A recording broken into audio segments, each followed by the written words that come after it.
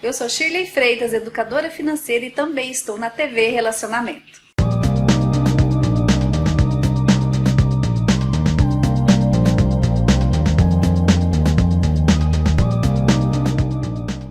Olá, internautas! Iniciamos mais um programa Gestão Executiva e hoje nós vamos bater um papo com um profissional muito talentoso que é o Leonel Aguiar. Leonel, muito obrigado pela tua presença aqui. Inge, olha, é sempre um prazer revê-lo, a gente se conhece já há muito tempo.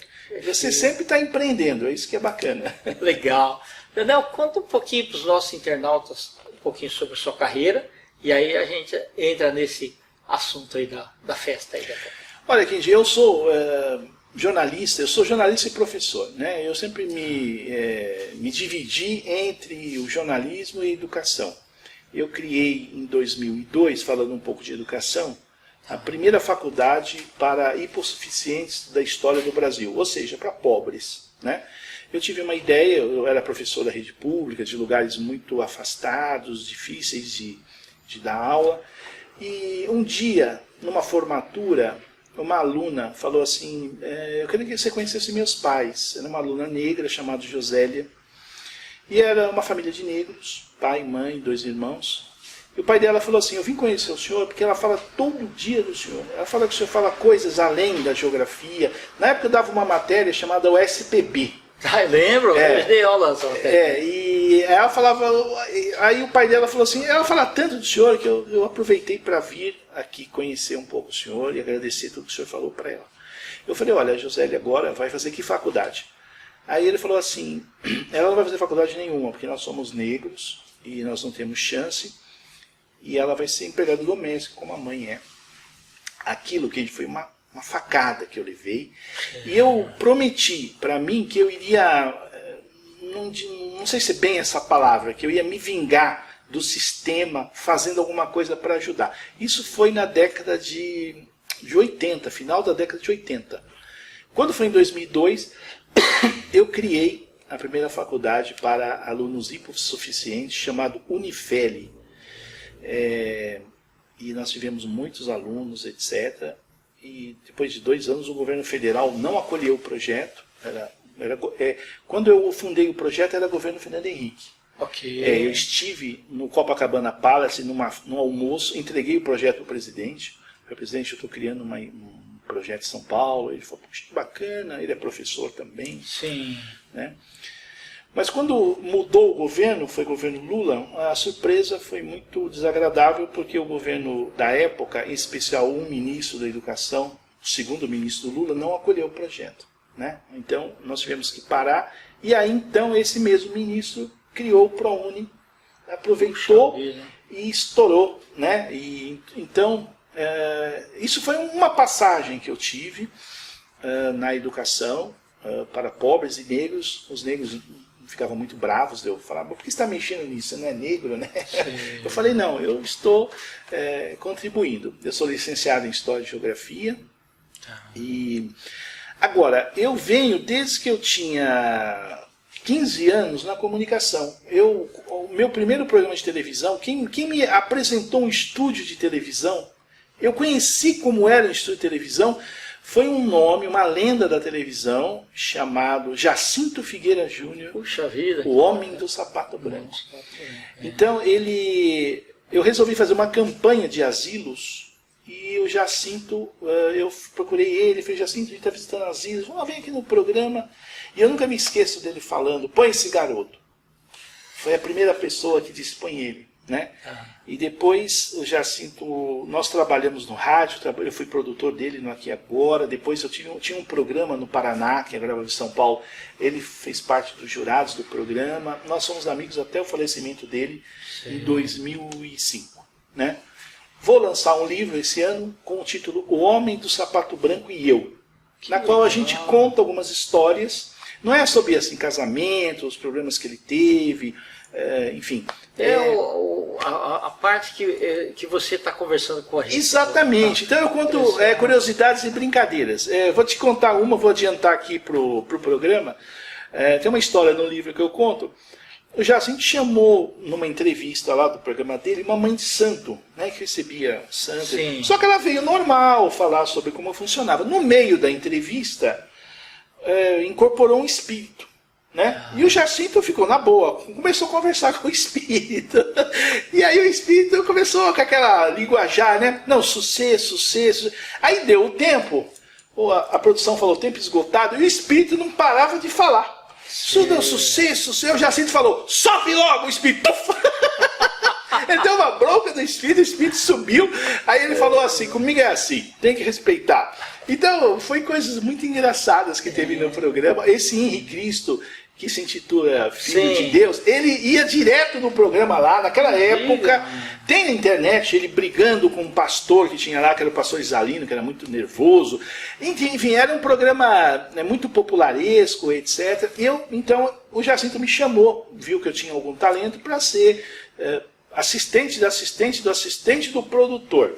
Legal. E aí eu comecei a conhecer como é que funcionava. Então, os bastidores. Eu tive uma relação com o Jacinto muito longa. E eu tenho os direitos do troféu Homem do Sapato Branco. Ele me deu ainda em vida para poder fazer. Eu nunca fiz depois que ele morreu. Eu fiz quando ele estava vivo. Mas eu pretendo achar na minha agenda um momento para fazer legal. Esse troféu para o pessoal da área de jornalismo. Bom, e depois eu tive uma passagem pelo SBT 2 anos. No programa Topa Tudo por Dinheiro. Depois eu fiz muitos programas independentes, Zácaro no Almoço, na Bandeirantes, no Canal 21 eu tinha um espaço de pegadinhas, eu dirigia pegadinhas, etc. Sempre na área de entretenimento. Eu nunca fiz jornalismo assim, policial, investigativo, de confronto, nunca foi a minha linha. Minha linha sempre foi essa linha social, etc. E aí, com o advento da internet, também isso potencializou, eu acredito muito na internet. Sim, né? Internet. Não que a TV aberta não tenha a sua experiência. Mas ela é mais acessível, né? Mais acessível. E uma coisa também importante, que antigamente as pessoas ficavam perturbando. Não, eu sou um ótimo entrevistador, eu sou ótimo apresentador, é que eu não tenho chance. Agora a internet propicia isso. Exatamente. Né? Se você não é bom, você mesmo vai chegar à conclusão e falar, bom, acho que eu não sirvo para isso. Agora o pior é o pessoal te apurrinhando. Eu sou bom, mas não me dão chance. Aí você tinha que acreditar que ele é bom, né? E aí então eu fui fazendo, eu fiz rádio também, eu tive em 10 emissoras de rádio. E aí o que eu fiz pouco foi o jornalismo impresso.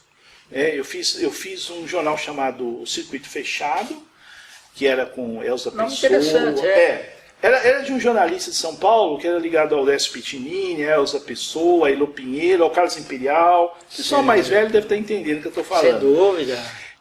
E aí eu comecei no colonismo social, fazendo nesse jornal, Circuito Fechado. Depois eu escrevi para uma revista que o Faustão teve no primeiro ano que ele foi para a Globo, chamava Revistão do Faustão. Eu lembro.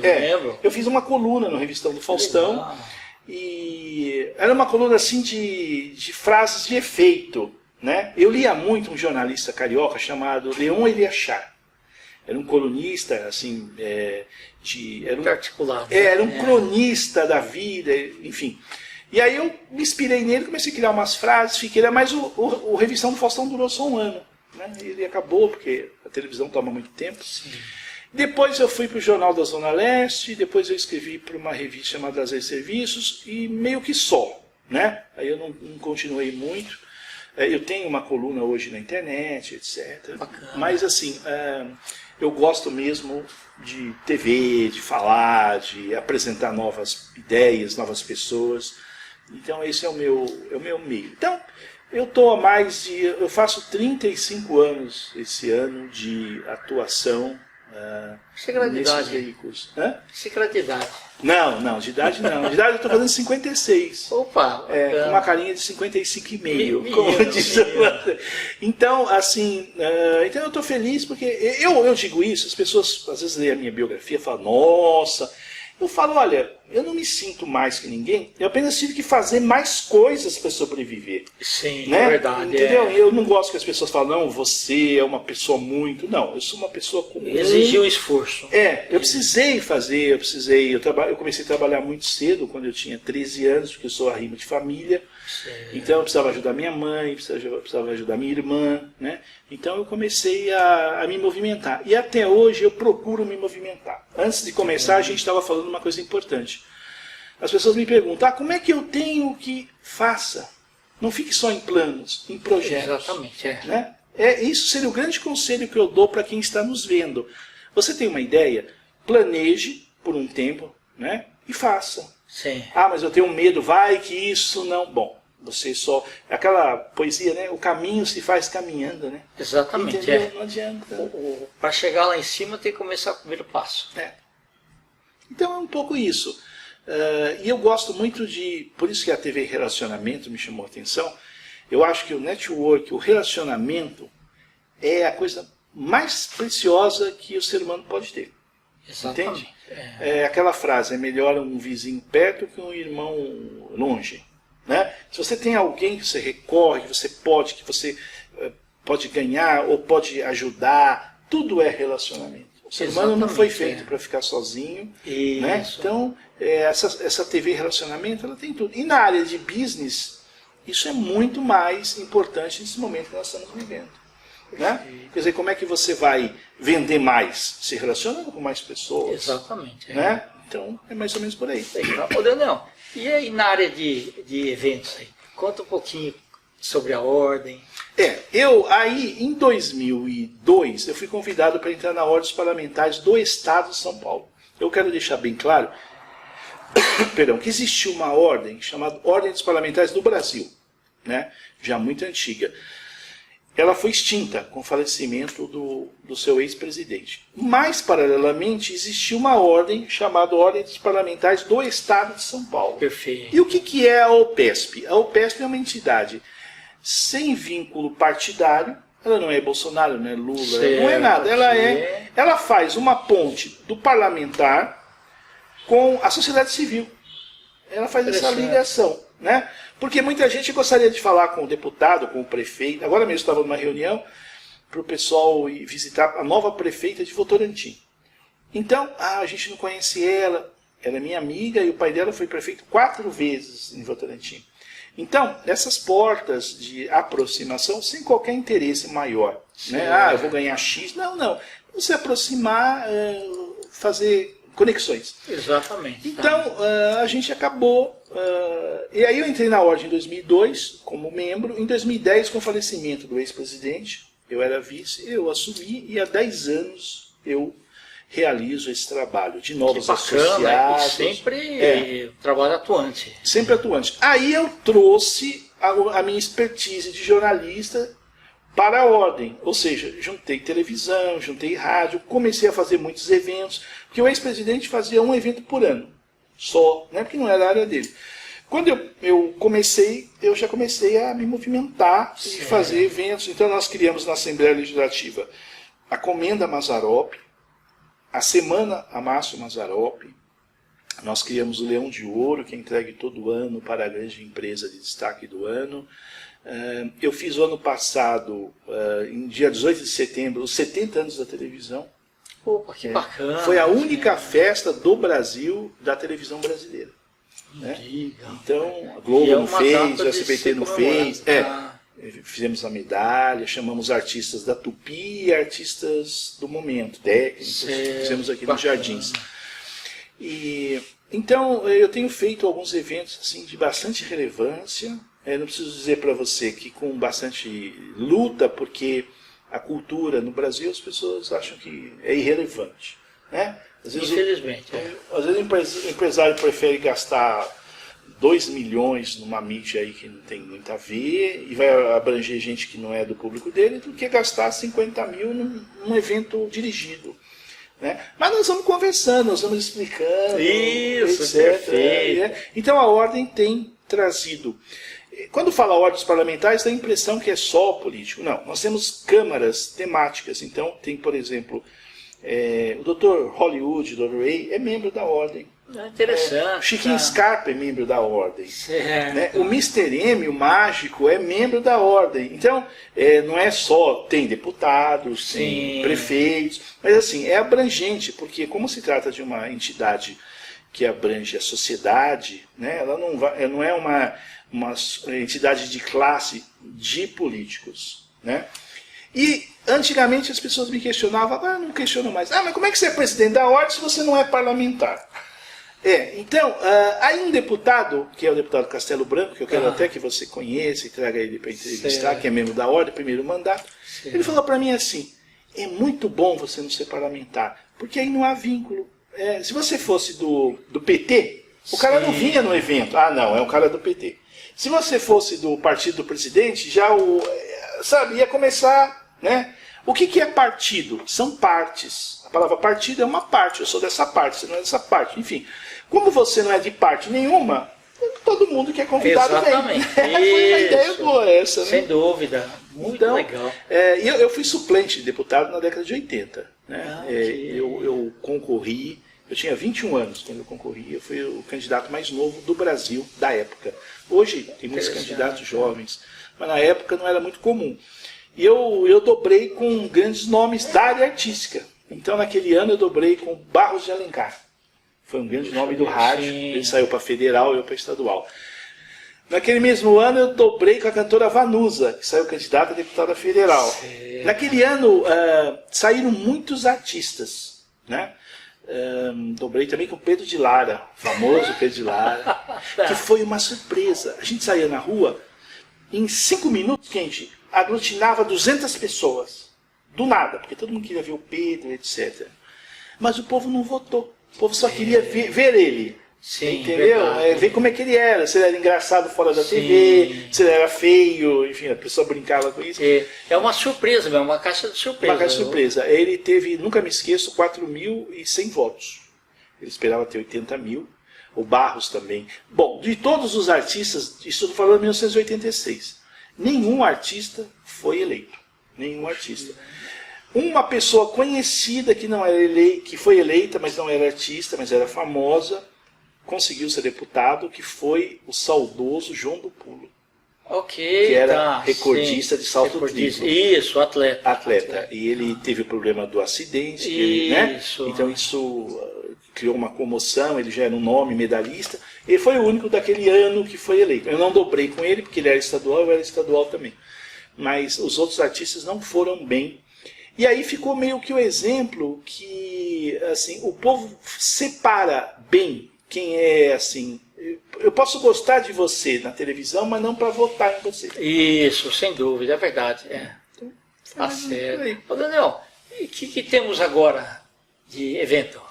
Bom, agora no aniversário de São Paulo vai fazer agora, segunda-feira, 467 anos. 467. E todo mundo... Eu acho que os problemas existem, Kent, mas você não pode se esconder atrás deles. É um conselho que eu dou para você que está nos vendo. Não se esconda atrás de um problema ou de uma dificuldade. Às vezes o problema é grande, né?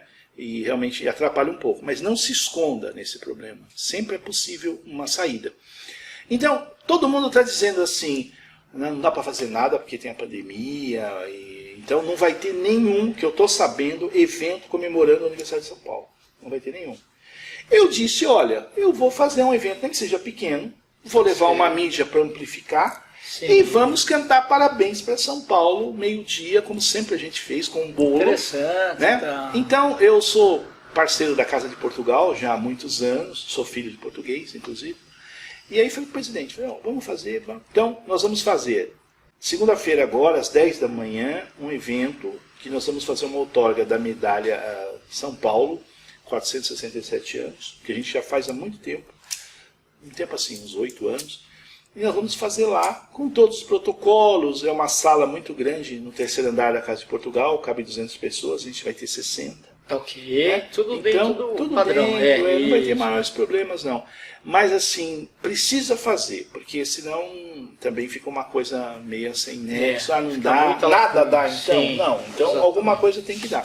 Então a gente vai fazer essa outorga agora, dia 25 de janeiro, do aniversário da cidade de São Paulo, que é uma cidade que eu acho assim, tudo que você precisa tem em São Paulo, né? É verdade. Eu adoro São Paulo, eu tive em outros estados, eu vi quão difícil é viver em alguns estados. sabe? Principalmente do Nordeste, o Centro-Oeste não é fácil. Porque assim, todo lugar para você passear é bom, agora para morar ou trabalhar é outra história. Exatamente. Então, quando eu estive em Goiás, em Goiânia, o pessoal fala, aqui é um paraíso, aqui não rodava dinheiro.